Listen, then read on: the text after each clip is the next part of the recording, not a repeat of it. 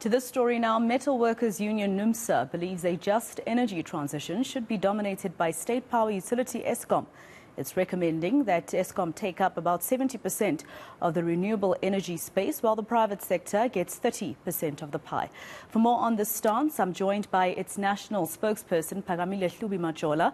Phakamile, thank you very much for your time here on eNCA. So obviously, the conversation in South Africa when it comes to Eskom is now about two topics, right? Whether it's too big to fail or it's too big a failure to fix. Where does Numsa stand in these two? Good afternoon, and good afternoon to your viewers, and thank you for having me on your show. I hope you can hear me clearly. Yes. Yes, we can. Okay, thank you. So Numsa's position on this is really that if you look at what the just transition principles are, it very clearly defines a just transition from, renewable energy to IPPs, or rather to, a just transition from fossil fuel to renewable energy, as a process where workers and communities are not left worse off. The process should benefit the maximum number of people in the country. It should protect the maximum number of jobs, and it should be to the benefit of the maximum number of the population. Now, if you allow the private sector to dominate the renewable energy sector in South Africa, not only are you rendering Eskom basically useless, but you are also violating the principles of a just energy transition. It is a fact that Eskom is a major employer. It employs about a minimum of 30,000 employees.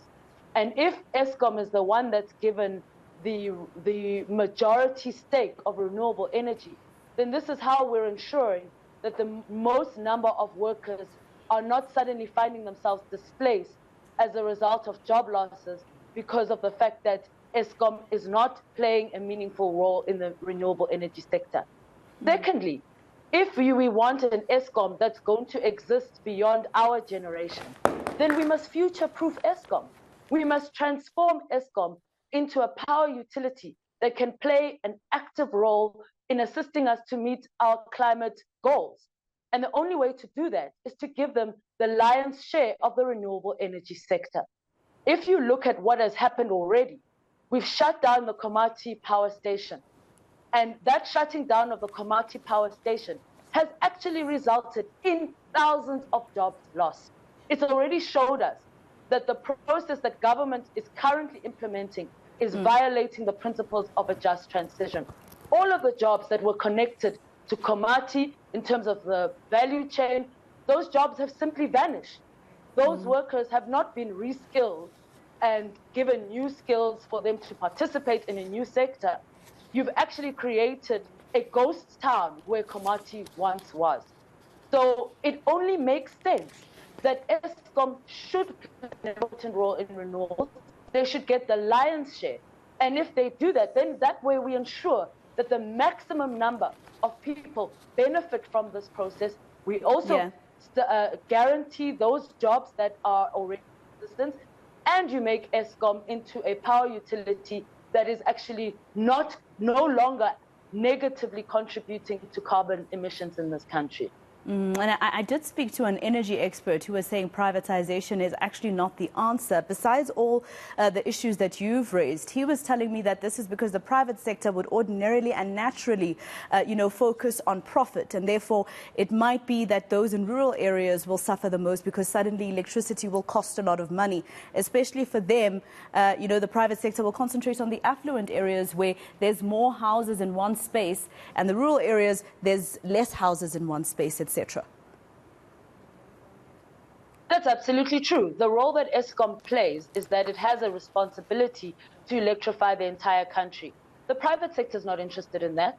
They're motivated purely by profit. And if this is really a genuine process that is about dealing with the climate change crisis, then the solution that Numsa is offering is one that makes sense. Because the private sector itself is not really vested in reducing carbon emissions. They're only interested in maximizing profit. And that your energy expert is absolutely right about the fact that the private sector has no interest in ensuring that communities in rural areas or gogos on pensions have access to electricity. A state cares about those things. So given that South Africa is not a first world country and that we have the most unequal society in the world, the only way we can achieve a genuine, just energy transition is to allocate Eskom the lion's share of the renewable energy sector.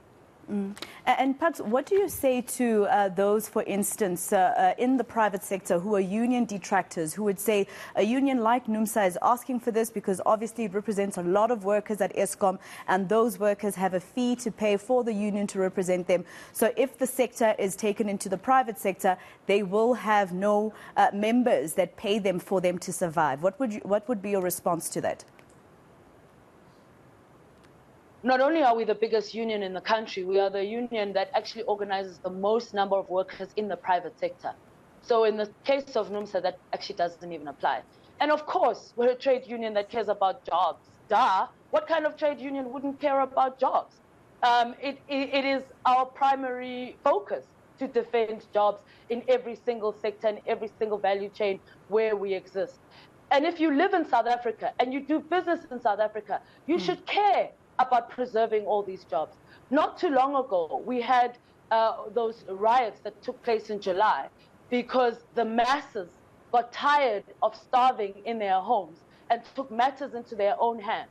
Now, it would be simply irresponsible for us to continue on this trajectory where we hand everything over to the private sector and we expect the private sector to solve our developmental problems.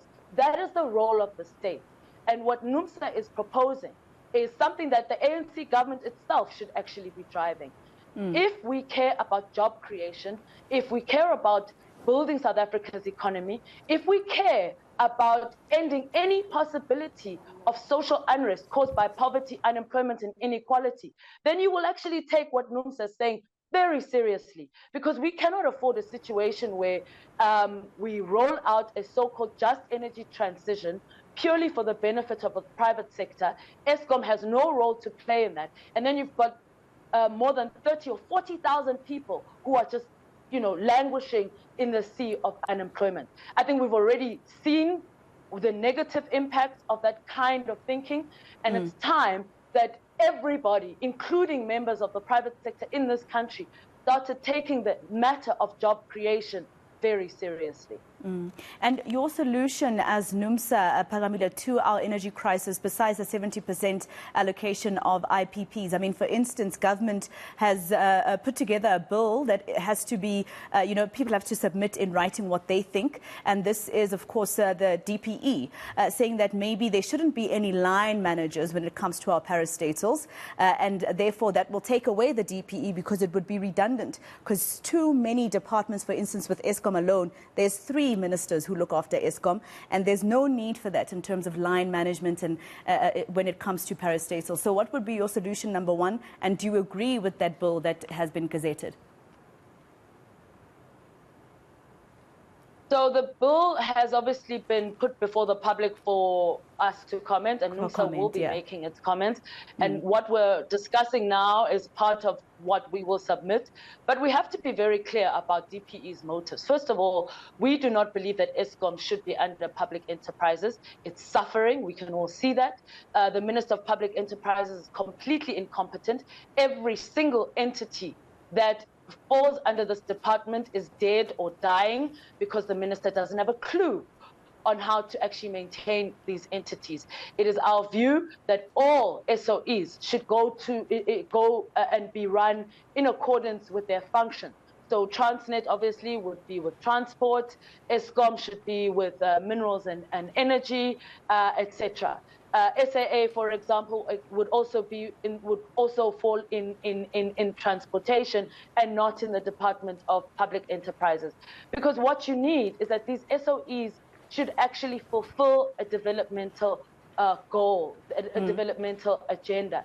And if you actually place them in accordance to their ministries, then they'll be able to function more efficiently in line with what they're supposed to produce, in line with what they're supposed to deliver.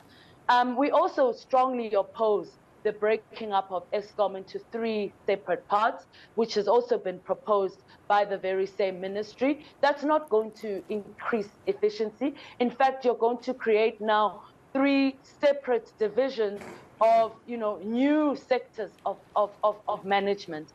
But also it's literally how you open the gateway for privatization. They've already begun to privatize Eskom. Those who say Eskom is not being privatized are not being honest, because when you shut down a coal-fired power station, they replace it with a privately owned renewable energy service provider. So that is them privatizing energy generation. And in the long term, we are all going to suffer because we're going to pay more for electricity, and it's going to be more inaccessible for the majority of people. Unfortunate that we run out of time, Phakamile. I just wanted to know from you, in terms of this bill, the DPE saying that it should be a holding company that looks after all state entities, which means all line managers or line departments and ministers would be deemed redundant, really, when it comes to our parastatals that are ailing under, most of these government departments. But we run out of time. Phakamile Hlubi-Majola speaking to us there. She is the national spokesperson of the National Union of Metal Workers of South Africa.